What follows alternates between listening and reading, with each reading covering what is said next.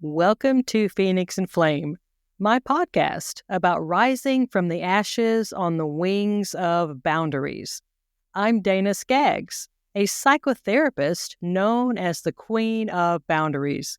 If you are new to Phoenix and Flame, please subscribe so you will be notified of new episodes. Visit Dana Skaggs, DanaSkaggs.com for a free quiz to discover how boundaries are impacting your life. This podcast is not intended as psychotherapy. If you are in crisis, please call 911 or contact your local crisis hotline.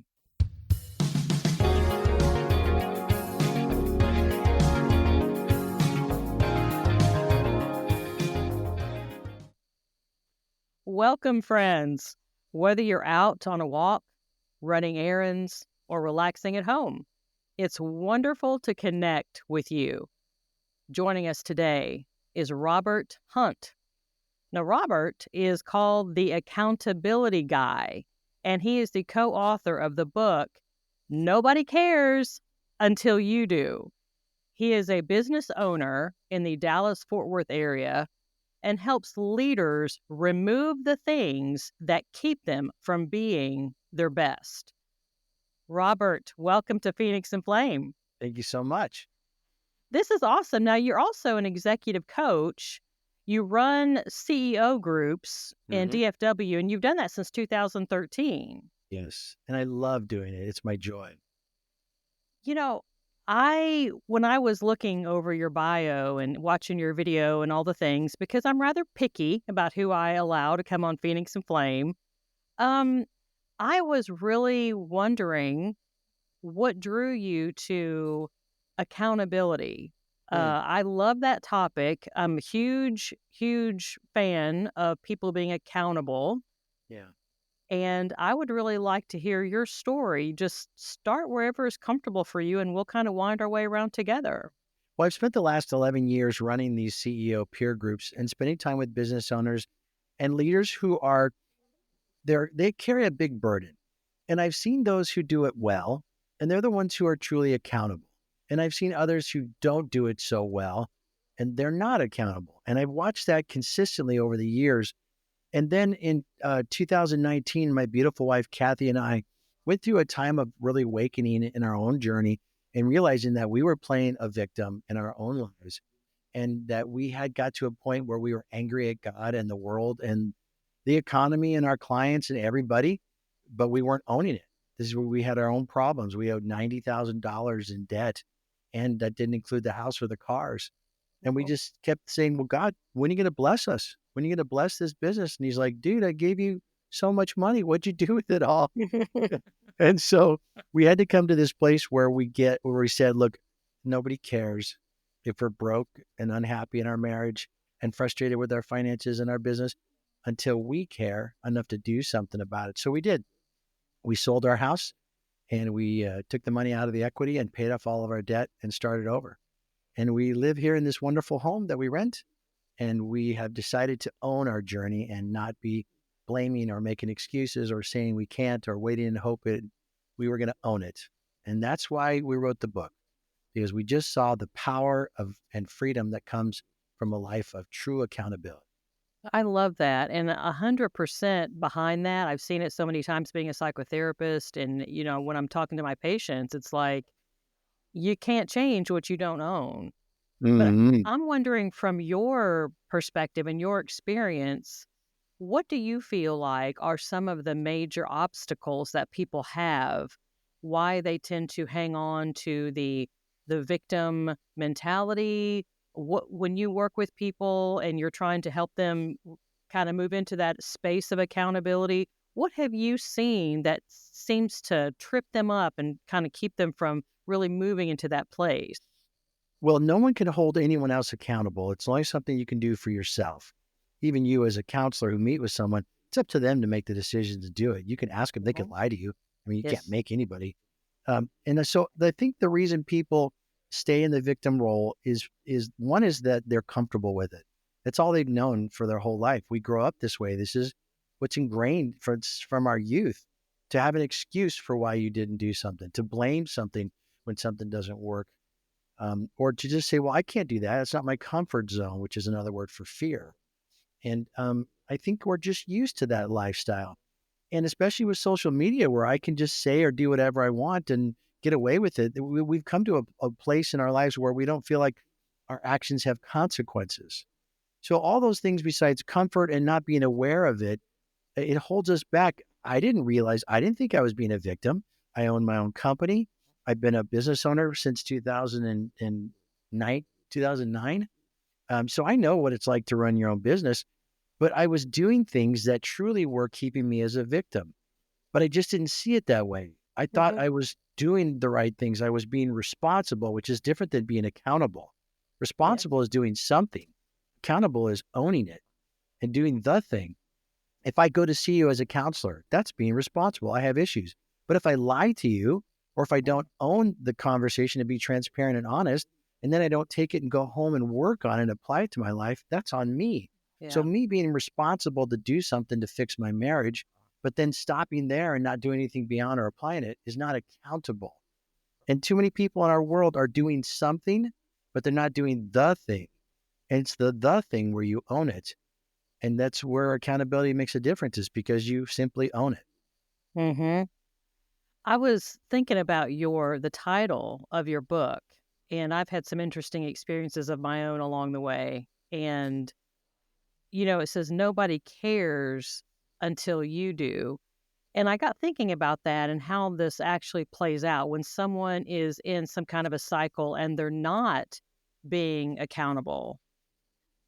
Very rarely are they the only ones that are experiencing that. Seems like usually Yeah. there's a The ripple plethora, a effect. flotsam and jetsam around them. Yeah, the ripple effect of their lack of accountability Yeah. that is kind of like slapping everyone around them or pulling people that are around them into this like um, riptide, right? Yeah. And so it seems like everyone around them cares, but they don't. It's for Eh, example, I can remember, having people call me and they would say, "Dana, I would like for you to see my husband, or I would like for you to see my adult child." And I'm like, "Really? Why is that?" And they would tell me all the problems, all the things that their husband or their adult child is doing. And I would say, "Well, that sounds interesting. And it does sound like they need some help. Why am I talking to you instead of talking to them?" yeah. Yeah. It, We didn't say the phrase for you to say to other people. We said the phrase for you to say to you. Because in that case, you just said, yes, the spouse cares about the other spouse and they want them to get better. But until the person who has the issue cares, Mhm. nothing will get done. I can't be accountable for you. I can't be responsible for you. I can't be honest and loving and kind for you. And so when people see other things and they tell you about it, you have a decision to make. Am I going to own that and be a part of it? Or am I going to make excuses and blame and say I can't, or just wait and hope it gets better, which is the four things that people do that keep them as a victim. But until they get to that place in their life where they go, wait, nobody cares, not until I care enough to do something about it. That is the turning point in our lives where we truly are accountable for something. Mhm. I love what you're saying, and it kind of evokes a thought, which happens to me almost all the time because I'm a big boundary person. I'm known as the queen of boundaries. It's just I have a long story about that, and I see it a lot in my practice. And when you say, they're not going to do anything about it until they care. And I've noticed sometimes that we get pulled into a codependent pattern with people that are doing Mm, something in their life that they're not taking accountability for whatever reason, fill in the blank. And we get pulled into this codependency, this enabling thing. And so they don't have to care because we're enabling them because we're being codependent in that dysfunctional pattern. But when we set those healthier boundaries and we cause the consequences to fall into their yard instead of our yard, then that kind of helps them to begin to start caring. yeah. If you can, sadly, like we talked about that ripple effect, a lot of times when you're in denial of these things, the effect is harder on everyone else because you've just kind of gotten the zone where you're oblivious to it. This is just how you roll. It's like the frog in the water that gets slowly turned up until it cooks itself in the water, never Mhm. jumps out. but everyone else is watching the water splash over the pot as it is boiling. And so I think, again, back to the core point, when you realize that your actions have consequences, that is the beginning of accountability. And we could look at everything in our lives and say, how was your job? Did you lose your job? I had a jerk boss. Everyone has a jerk boss. Mhm. And that's just kind of the nature of bosses. Sadly, I mean, really, sadly, I work with business owners to help them create an environment where people aren't jerk bosses. But it's really rare that leaders will take the kind of time and effort to step back and really evaluate their leaderships and their teams and make those kind of changes. Most of the time, we're just trying to get stuff done. And Mhm. so you can be blaming people and making excuses for your whole life forever. And everyone else is doing it. So no one ever points it out like, well, yeah. They just go, yeah, it's so sad you have a jerk boss. How come every company you go to has a jerk boss? Isn't that curious? Oh, that's interesting. And a jerk wife and jerk kids? My wife taught me this expression that her dad told her when she was younger. If it's 10:30 in the morning and you've already run into three assholes, they're not the asshole. And I thought, oh, that's brilliant. It's crude, but it's brilliant. And I started looking at days where I've been somewhere and this guy pisses me off and this guy cut me off in traffic and the guy at the Starbucks is rude. And wait, it's me. But you have to be aware of yourself to realize, how can everyone be a jerk today? Not Yeah. everyone can be a jerk today. It's you, baby. It's you. That's that self-awareness where you go, okay, I need to sit down and spend time with the Lord because right now my heart is angry and I'm looking at the world in bitterness. Dude, the whole world can't be broken. And you meet these people all the time, wherever hey, how's it going? Oh, really tired. Oh, works really hard. Oh, those kids. They never have anything positive to say. That's a warning sign. That's a warning sign of someone who does not own it. Everything happens to them.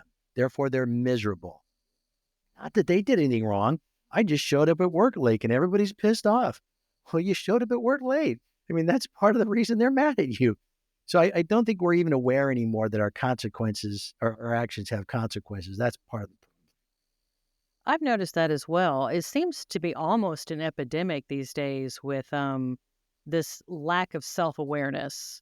What what do you feel like is one of the major factors in either people getting to the place where they're willing to be self-aware or on the opposite side? What do you think is preventing that self-awareness? well, selfishness, really, because I like my world my way. And it makes sense to me. Why wouldn't everyone do it this way? So selfishly, you have your own version of the world, and everyone should join you in your version. And when they don't, they're being rude and they're being selfish on their side. So I think coming at it with a humble spirit like Christ did, where he looked at people with compassion, I find myself easily irritated with the world around me. How can this guy cut me off? How come this guy's this? And it's very easy to pick at things. But when I realize how much I suck in life, that I make mistakes, that I'm rude, that I'm impatient, and I focus more on me, it changes the way I see the world. And so out of a desire to want to see the world with love and kindness like our Savior does, I have to review me on a regular basis. And so I started journaling last year. I'd never done that. I always made fun of it. I'm 61. I started journaling. Happy birthday, you're 60, start journaling. Yeah. And I see these words and I'm like, wow, that's in your brain? Out of the heart, out of the mind, spews all the things that are truly in there and out of our mouth because Mhm. it's what's in my heart. So I need to get them out of my heart, out of my head into a piece of paper and go, oh, that's ridiculous. Why are you saying it? Because being self-aware is just really a reflection of the world around us, but through the mirror that I tend to look at first. So I think it's taking the time to be real about yourself. When you really look in the light of how messed up you are, it's easy to give grace to other people, to be patient with people. I think that's just self awareness is because you're looking at the mirror. Mhm. I like that, and it really, kind of corroborates, some of the things that I end up sharing with my patients about boundaries. I talk about yards, like our yard versus someone else's yard, and we're responsible for what's in our yard, which is our thoughts, feelings, and actions, and what's on the other side of the fence is someone else's thoughts, feelings, and actions, and they are responsible for those things. But it's also neat when we can walk out into our yard and know that we're fallible. Mm, Yeah, we're gonna make mistakes. We make mistakes every single day and expect that and accept that and go into our yard and pick it up and say, I did this. And we can walk across our yard to the fence line to our neighbor, whoever that neighbor might be, a friend, family member, coworker, fill in the blank, and say, the other day, I really spoke rudely to you. I own that and I'm sorry. And when we accept our fallibility, which I feel like is from what you were mentioning also happens because of the faith journey, because of that grace and understanding. So I was wondering too, in your journey with this and your passion of it and seeing it playing out with the business owners and in your own life, what are some different ways that you feel like that your faith has helped you, maybe given you wisdom, discernment, understanding, ability, anything at all with your journey in this accountability lane? I think my faith is who I am. You know, I had someone ask me the other day, "How do you bring your faith to work?" And I said, "Well, how do you leave it at home?" I don't get that. I mean, I don't go to work and all of a sudden pretend I'm not married or that I don't have kids or that I don't like the Cowboys. I mean, that's just you just be who you are. I don't understand the turning off part of who you are.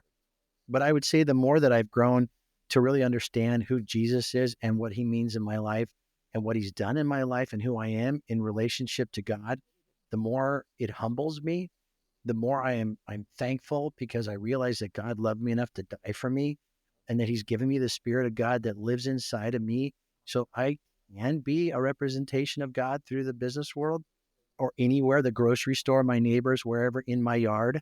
I can do that. But I don't have to turn it on or turn it off. I just leave it going. And I think that if you are true to who you are in Christ, it's just always there.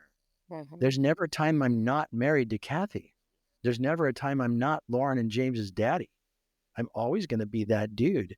So I think if the core to that is just being true to who you are.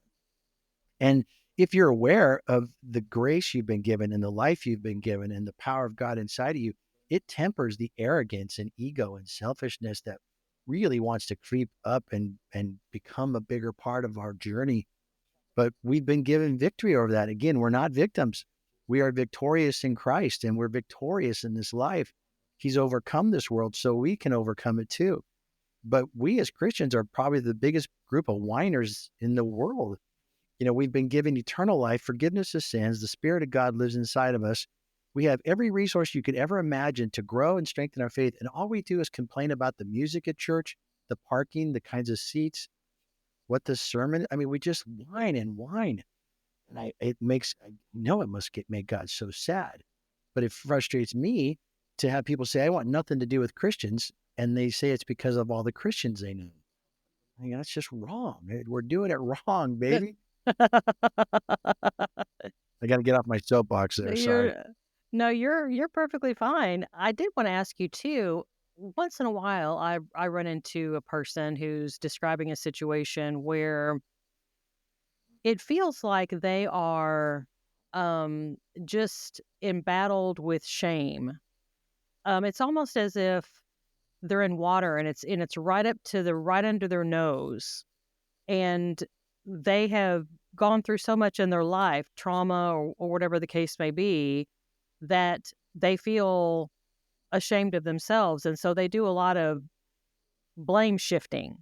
They feel like if they accept one more responsibility for one more thing done wrong, then they're going to go under the water. They're going to just drown in all of the shame and that belief that they have sometimes seems to cause a lot of blame shifting. And I was kind of wondering how that plays into accountability and your experience with the people that you've dealt with. Have you run into situations where you feel like they were trying to do the things, but there was shame there, or something that kept causing them to blame shift and not want to be accountable? Not they think Well, I can't be the bad guy one more time. I can't be the idiot one more time. most of my clients are very ego-driven leaders who they don't do anything wrong in Mm, general. So, they which is cool because that's the kind of confidence you need to be able to start your own business and survive all the beat down that goes on as a business owner. They're not arrogant jerks. They just are so confident in themselves that most of the problems aren't theirs, even if they're even if they were theirs. So I don't see them having that problem. I think the difference is we need to understand the difference of our identity versus our role. So our identity is you were born at 10 and you will die at 10 on a scale of 1 to 10. Maybe I have to clarify that. On a scale of 1 to 10, you were born at 10 and you will die at 10. You are perfectly, fearfully, wonderfully made in the image of God. Whether you believe in God or not, God created you and you are perfectly a 10. Now, the role that you play, you may suck as an employee. You may struggle as a spouse. You may struggle as a parent. That's the role you play. But no role will ever be any higher than the identity you give yourself as a human. So if you think you're at best a 5, you'll never be anything higher than a 5 in whatever role you play. And the way that you get past the shame is to realize we all suck at the job we do. We're learning, it's a work in progress. Nobody is born with all the knowledge to be a good mom or dad, husband or wife, it's friend. Everything is a learning experience. And we learn by experience. So your expectations are unfair to you if you think you're never going to make a mistake or blow it. So change the shame to just this learning curve. Make it a process of getting better. And it's not that you suck as a human, it's that you struggle as a parent or you struggle as a spouse. Keep working on that because you're already a 10. Every one of those categories can move up from a 4, a 3, a 5, a 6 to a 10. You're on this journey towards making it better and better until the day you're in the presence of God for all eternity.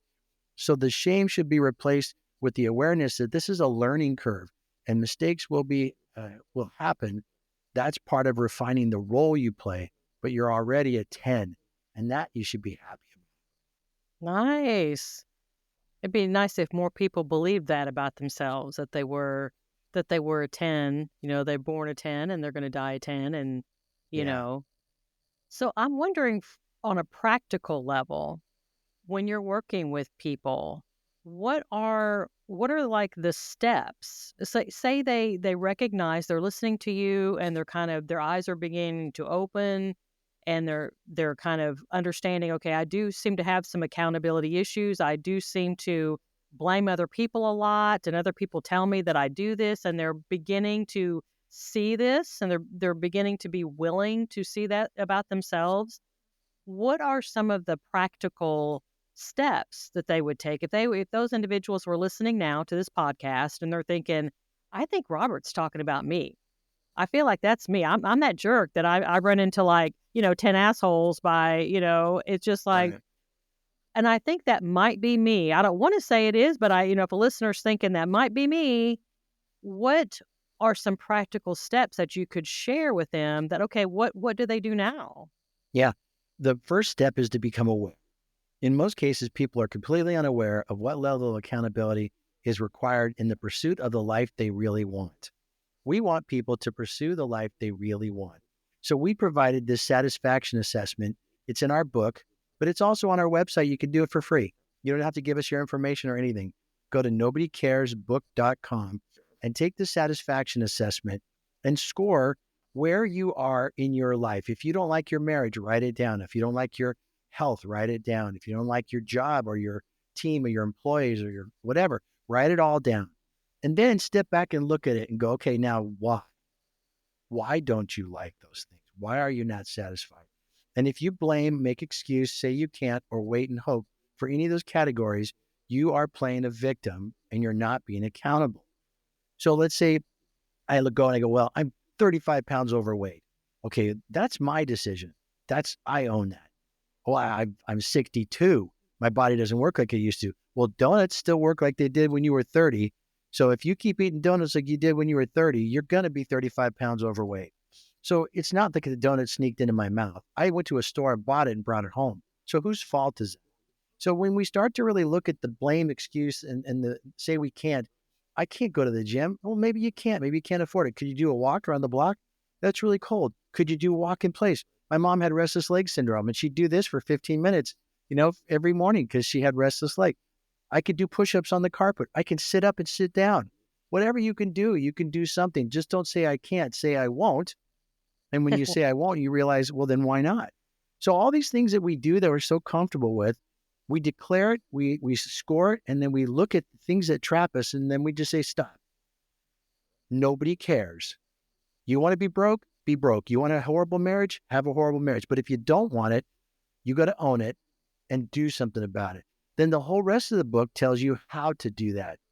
Acknowledge the reality, embrace the suck, find a solution, and make it happen. And that's exactly what Cathy and I did. We owed $90,000 in debt in 2019, not including our house or cars. And we were miserable. And we were angry at God and each other and the economy and everything. And we just said, 2019, this is stupid. I can't live like this anymore. We got to own this. We got to fix this. And so we sold our house at the end of 2019. We put it up on the market and we sold it in March of 2020. And we took all the money from the house, the equity, paid off all of our debt, and we were debt free when COVID shut down the world in March of 2020. We moved into this house where we live today, 4 years later, and we rented. And we took that money, we paid everything off, and the peace that we had was unbelievable. I had forgotten what peace felt like because year after year of living anxiety and stress, how am I going to pay my bills? Oh gosh, if I lose one customer, I'm screwed. Just the anxiety of every day. If I work all day long, I'm still in debt. It was horrible. But it wasn't until it was gone that I realized how much weight I had been carrying by that. Mhm. Then with a clear mind, we decided, let's go look at the rest of our lives and see what else we don't like. We need to go to counseling. We need to go to counseling together and work through some issues that have been festering for a few years. And then we did that. And then we looked at our health, and I was 265. I'm like the fattest I've ever been. Okay, well, why don't I just stop having bourbon and chip every night? Why don't I just put it down and have a Sprite and go to bed early and not snack till 11 o'clock at night? All these things that you can do. You change everything you want to change, but you get the freedom and the clarity when you first take the first thing off your back and you go, I can conquer this. I can do this. And we began this journey of owning it. And that's what we wrote the book about, is we want to show you where the traps are. We want to teach you the tools to press play on, because every single piece of your life, you can own it. You have the power to do something about it. See, I like the practical steps you're providing, and also it seems like you gave several examples of people being able to take small bites. Because like you said when you gave the example of someone, well, I'm overweight, well, can you maybe go out and take a walk? Well, it's cold outside. Well, can you and it's like there's smaller and smaller cuz sometimes the thought, if we're being brutally honest, Robert, sometimes the thought of going to the gym is like, I know I need to do that, but I'm not going to. I don't want to. I'm not going. I need to, but Mhm. I'm not going. I don't want to. And so, but okay, well, we can't. Okay, if you don't want to go to the gym, you don't want to be around other people, you don't want to try to find some kind of gym clothes to put on.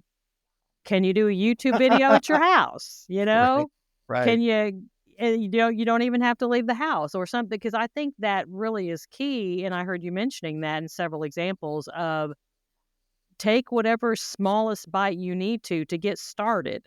Yeah. If you just need to stand up like your mom did and just walk in place for Right. 10 minutes or 15 minutes, if that's what you need to do to get started, then do that. Do Yeah. It's something when you say I small. can't, when you say I can't, you're done. Oh, I can't. I mean, it's like legally, I can't do this. A cop will come in and arrest me if I do this. So you say I can't, everyone goes, oh, bless your heart. Okay, well, I guess you're done. But if you say I won't, then they go, well, why not? Well, I don't want to go to the gym. Why? You said you don't like your health. Do you want to go pay for medical bills to fix whatever health problem you're created? Do you want to be diabetic and have to take shots? Do you want to have high blood pressure medicine? I mean, the cost of being unhealthy is really expensive. Mhm. And all the food I eat and drink costs a lot of money. So if I'm going to eat healthy, it's going to cost me less because I'm not going out to dinner having a $400 dinner somewhere with a $80 bottle of wine, a big fat steak, and baked potato and dessert. So all these things that we cut back and we start doing, we're saving a ton of money. So the ripple effect of owning the decision to be healthier means that I don't go to the doctor as much. I don't pay for a bunch of expensive medicine. I don't spend money on booze and expensive meals. And I don't have to go buy new clothes that I can't fit into in my closet. I need 3 tiers of fat clothes. This is my current fat. That's the old fat. That's a way long, it's never going to hit fat. All these different levels, and our closet's so full that we can't get into it. But I can only wear the same 6 shirts because I refuse to go buy any more clothes. I've already got 2 tiers of fat clothes waiting for me to get to.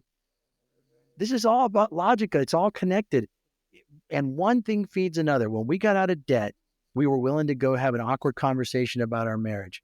We were willing to go and deal with the fact we became angry at God and to ask for forgiveness and to repent of the arrogance of looking at God and going, you need to bless me. with money. That's what you could give me money. And he's like, you're done. I give you money all the time and you blow it. I'm not giving you more money. But when we took ownership for that, he poured out sick blessings on my business. My business doubled in 2020. When the whole world was shutting down, my business doubled. And I get paid to have meetings and nobody was coming to meetings. And I grew like crazy. It's just this weird hand of God. And then in 21, it doubled again. So I went from 9 clients at the end of 2019 to 21 to 43 in the second year. And I truly believe that's because of our obedience to God that he poured out those crazy blessings. So I've seen it in my life. I've modeled it. I've learned it. I've practiced it. And I've seen the power and freedom that comes from really, truly owning all your junk. I love it. I love it. This is a very clearly you're passionate about this. You've walked it. You're helping other people try to come alongside, which is amazing. So I know that my listeners are thinking, this is awesome. I'm aligning, I'm resonating with what Robert is saying. I feel like I need to know more about what he's talking about. So what website would you mentioned the nobodycaresbook.com for the assessment. Where do you want the listeners to go to get more information about you? Yeah, if you're wanting to know about me and the peer groups and executive coaching I do, you can go to refdallas.com. That's my business. But in your area, they're probably not wanting to hire me because they're another state. I do bring this workshop to anywhere in the world where people want to have the Nobody Cares workshop. We're glad to do that. So you can go there and learn about my business. But if you're interested in what the book could do for you, go to nobodycaresbook.com. And actually, for your website or for your show, I created a website called nobodycarespod.com. And if they'll go in there and they'll fill out the contact form and use the code word Phoenix, I will mail a copy of my book to them for free, to the first 2 people who fill out that form. Because if you really want the book and you don't have the money to pay for it, I'll be glad to mail you a copy if you're willing to read it and let it change your life. I'd be honored to send you a copy of the book. Okay, wonderful. I will put that in the show notes. That's very generous of you. Thank you. I'm You sure bet. my listeners will be wonderful. Thank you so much, Robert. Your experience and your passion and your time and your knowledge and everything and coming sharing that with me and my listeners this morning. I appreciate it so much. Thank you so much for letting me be here. I appreciate it. This is awesome. Listeners, I know unequivocally that you have heard multiple things said today from Robert about accountability. And I want you to take this podcast episode, copy and paste the link in text and email, put it on your favorite social media platform so that we can grow our Phoenix and Flame community so we can show people you're not alone. We're in this together. Thank you so much for listening. I hope your day so far has been great, and I hope the rest of it is going to be fantastic. I'm Dana on Phoenix and Flame.